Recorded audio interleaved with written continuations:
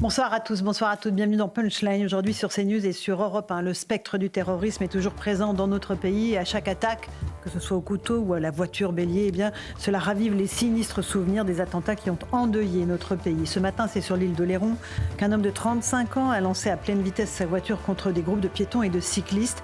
Il a crié Allahu Akbar au moment de son interpellation, comme l'a confirmé le procureur. Au moins 5 personnes sont blessées, dont 2 en urgence absolue. D'autres ont été prises en charge en état de choc.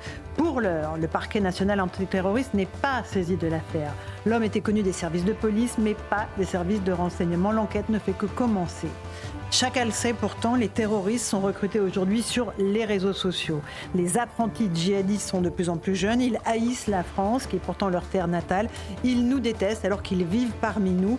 Cette menace n'en finit pas de faire couler le sang. Depuis des attentats, ces vagues d'attentats qui ont ravagé notre pays, que ce soit dans les années 90 et bien sûr en 2015 et 2016. Charlie Hebdo, le Bataclan, les terrasses, le Stade de France, dont nous allons commémorer le sinistre anniversaire la semaine prochaine. Nice, bien sûr, 14 juillet 2016, où un camion a fait 86 morts et des centaines de blessés. Comment lutter contre cette idéologie mortifère qui prospère sous les radars et frappe à l'aveugle? Comment lutter contre l'embrigadement des plus jeunes sur Internet?